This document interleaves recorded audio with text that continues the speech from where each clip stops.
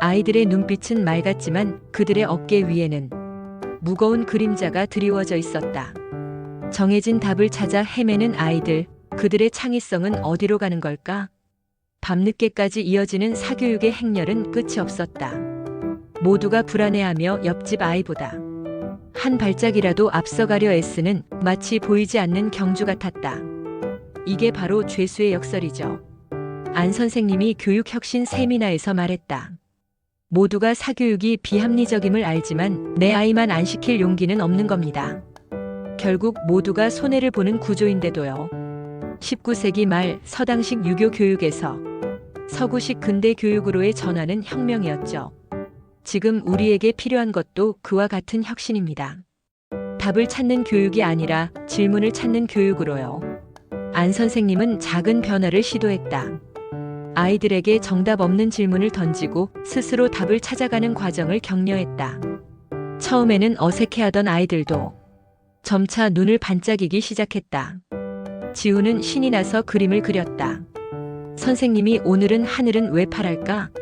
대신 하늘이 만약 보라색이라면 어떨까? 하고 물어봤어요. 묘한 희망을 주는 말이었다. 이 교수는 AI 시대의 교육에 대해 강연했다. AI는 답을 빠르게 찾아줄 수 있습니다. 하지만 AI에게 질문을 던지는 것은 오직 인간의 몫입니다. 우리는 패스트 팔로워가 아닌 퍼스트 무버를 길러야 합니다. 변화는 쉽지 않았다. 여전히 많은 학부모들은 불안해했고 학교는 기존 시스템의 관성에 갇혀 있었다. 하지만 작은 불씨를 지피는 이들이 있었다. 사람들은 새로운 교육 방식에 대해 이야기하기 시작했다. 작은 모임이었지만 그 안에는 변화를 향한 뜨거운 열망이 있었다. 19세기 말의 혁명처럼 지금 우리는 거대한 전환점에 서 있다. 답을 찾는 교육에서 질문을 찾는 교육으로, 경쟁에서 창조로. 그 길은 멀고 험난하겠지만 작은 변화들이 모여 마침내 새로운 미래를 열어갈 것이다. AI 시대의 경쟁력은 정답보다 질문에서 나옵니다.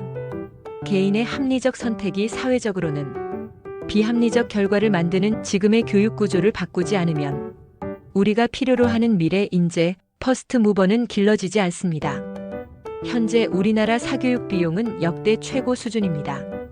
비용이 증가할수록 따라가지 않으면 뒤처진다는 공포가 강화됩니다. 문제는 사교육과 부동산이 서로를 자극하면서 악화되는 방향의 되먹임 구조를 만든다는 것입니다. 핵심은 주거지별 학교 배정이 진학 성과로 이어지는 연결고리입니다. 즉 학교질이 주택 가격에 자본화됩니다. 부모는 좋은 학군으로 이주하고 이는 해당 지역 집값을 밀어올리며 다시 사교육 수요를 부추기는 양의 되먹임 고리를 만듭니다. 사교육 경쟁을 죄수의 딜레마 이론으로 분석해 봅니다.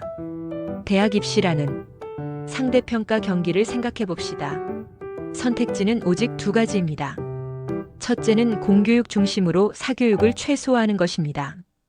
둘째는 사교육을 강화하여 시간, 비용을 투입하는 것입니다.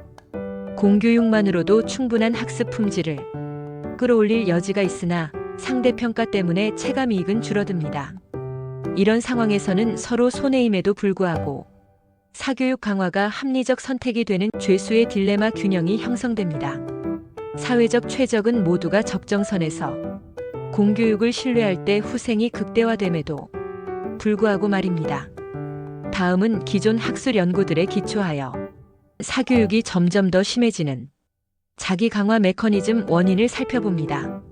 첫째, 정보 비대칭으로 인해 부모는 남들이 한다는 사실에 과잉 반응하여 군집 행동을 하기 쉽습니다. 둘째, 정책, 제도 환경 탓에 주거지 연동 학군과 현재 입시 구조가 상대평가 압력을 고착시킵니다. 셋째, 부동산 자본화가 이루어져 학군 프리미엄이 집값을 밀어올리면 뒤늦게 합류한 가구가 주거, 사교육 비용을 떠안게 됩니다. 그렇다면 사교육과 부동산의 악순환을 깨는 정책은 무엇일까요? 첫째, 학군, 주거 연동을 완화하기 위해 배정제도 다변화 등으로 학군 경계 의존을 줄이면 주택가격 프리미엄이 하락할 수 있습니다. 둘째, 사교육 대체제 확충 방안으로 공교육 기반의 학습, 돌봄 시간 확장은 가계의 사교육 의존을 줄입니다. 셋째, 성과 지표를 전환합니다. 시험 점수, 진학률 대신 교육의 부가가치, 질문, 탐구, 협업 역량 같은 질적 지표의 공개와 평가가 필요합니다. 넷째, 과열 지역의 사교육비 공개, 비용, 효과 비교, 학부모 커뮤니티 추격 편향 완화 등으로 군집 행동을 누그러뜨립니다. 궁극적으로 우리가 지향해야 할 교육 모델은 AI 시대에 걸맞는 질문 중심 수업입니다. 정답형 문제풀이 중심 수업으로는 퍼스트 무버를 만들 수 없습니다. 질문 과제 비중을 높여 학생이 스스로 좋은 질문을 설계하도록 합니다. 과목별 분절 대신 프로젝트 융합으로 주제 기반 프로젝트를 시도합니다. 예를 들어 우리 동네 학군과 집값 상관 분석은 좋은 프로젝트가 될 것입니다. AI 도구의 역할을 재정해야 합니다. AI는 정답 도구가 아니라 가설 생성, 발레 찾기, 균형 모의 실험에 사용합니다. 평가 결과 점수보다 과정, 질문의 질에 가중치를 둡니다. 이제 마무리합니다. 죄수의 딜레마 분석에서 얻는 교훈은 개별 가정의 합리성을 비난하기보다 제도, 정보, 평가의 재설계로 균형 자체를 바꾸자는 것입니다. 교실 안에서는 정답보다 질문, 따라잡기, 즉 패스트 팔로워보다 길을 여는, 즉 퍼스트 무버 경험을 설계해야 합니다. 그때 비로소 AI 시대의 경쟁력이 생깁니다. 이상입니다. 감사합니다.